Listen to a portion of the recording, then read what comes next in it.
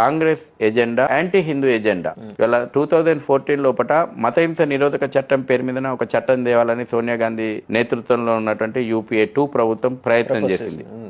Draft bill కూడా తయారు చేసింది. మనందరి అదృష్టం, మీ ఛానల్ ద్వారా చెప్తున్నా, ఈ దేశంలో ఉన్నటువంటి హిందువుల అదృష్టం ఏంటంటే నరేంద్ర మోడీ ప్రభుత్వం వచ్చింది. ఆ చట్టం కింద అమలు అయ్యి ఉంటే ఇవాళ ప్రతి హిందువు జైళ్లలో ఉండాల్సి వచ్చి ఉంటుండే. ఎంత ఘోరమైనటువంటి చట్టం అంటే, 2 అరటిపండ్ల షాపులు ఉంటాయి, ఒకటి హిందువుది ఉంటుంది, ఒకటి ముస్లింలు ఉంటుంది. నేను పోయి హిందూ షాపులో అరటిపండ్లు కొనుక్కుంటే ఒకవేళ ముస్లింకు నేను ముస్లిం అనే అనుమానం కారణంగానే నా షాప్ కు రాలేదు, నాకు అభద్రత వచ్చిందని చెప్పి కూడా నా మీద కేసు పెట్టవచ్చు. అప్పుడు మిమ్మల్ని అరెస్ట్ చేసి 6 నెలలు బెయిల్ లేకుండా.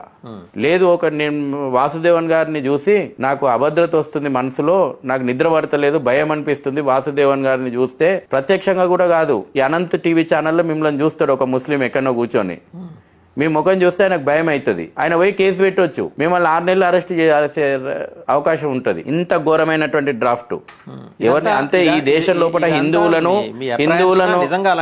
చట్టం అండి, మతహింస నిరోధక చట్టం అనేటువంటిది 2014 అని కొట్టండి, అందులో విషయాలు తెలుస్తాయి. అటు పలానా ముస్లిం కు మీ మీద అనుమానం వచ్చినా మీ మీద కేసు పెట్టవచ్చు. మీరు ఎన్నడూ జీవితంలో కలవని వ్యక్తి అయినా సరే, మీరు ఇక్కడ జూబ్లీ హిల్స్ ఉంటాడు, ఆయన ఎన్నో కరీంనగర్ లోనో వరంగల్ లో ఉన్న అనంత్ టీవీలో మీ ముఖం నచ్చక మీరు మీ ముఖం చూస్తే భయం వస్తే మీ మీద కేసు పెట్టవచ్చు. ఇంత ఘోరమైన చట్టం ఈ దేశం లోపల హిందువులను సెకండ్ గ్రేడ్ సిటిజన్లుగా ట్రీట్ చేసేటువంటి చట్టం చేయబోయింది. ఈ దేశంలో ఉన్నటువంటి హిందువుల అదృష్టము నరేంద్ర మోడీ గారి ప్రభుత్వం వచ్చి ఆ చట్టం కార్యరూపం దాల్చలేదు.